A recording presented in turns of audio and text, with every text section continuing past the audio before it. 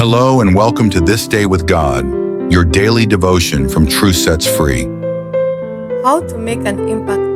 February 2. Now when they saw the boldness of Peter and John, and perceived that they were unlearned and ignorant men, they marveled and they took knowledge of them that they had been with Jesus. Acts 4:13. When Christ was upon this earth, he did not direct fishermen to leave their nets and boats and go to the Jewish teachers to gain a preparation for the gospel ministry. Walking by the Sea of Galilee, he saw two brethren, Simon called Peter and Andrew his brother, casting a net into the sea, for they were fishers. And he said unto them, Follow me, and I will make you fishers of men. And they straightway left their nets and followed him.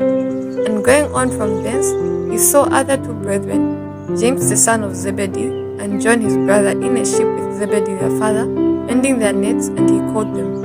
And they immediately left the ship and their father and followed him. Matthew 4:18-22. This prompt obedience without any question, without one promise of wages, seems remarkable. But the words of Christ were an invitation that implied that all that he meant it should. There was an impelling influence in his words. There was no long explanation, but what he said had a drawing power. Christ would make these humble fishermen, in connection with himself, the means of taking men out of the service of Satan and making them believers in Christ, teaching them in regard to the kingdom of God.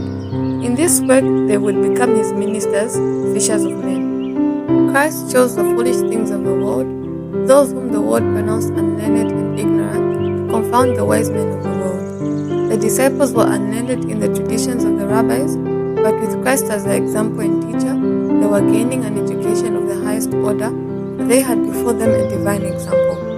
Christ was presenting to them truths of the highest character. Those whom God emplaced to do service for him, he would have fitted in his way for that service. Those who preach Christ must learn of Christ daily in order to understand the mystery of saving and serving the souls for whom he has died. They must pattern after him in all things, sharing his tender compassion and his sternness against all evil working. Amen. May this truth guide your day. Join us again tomorrow for This Day with God on Truth Sets Free.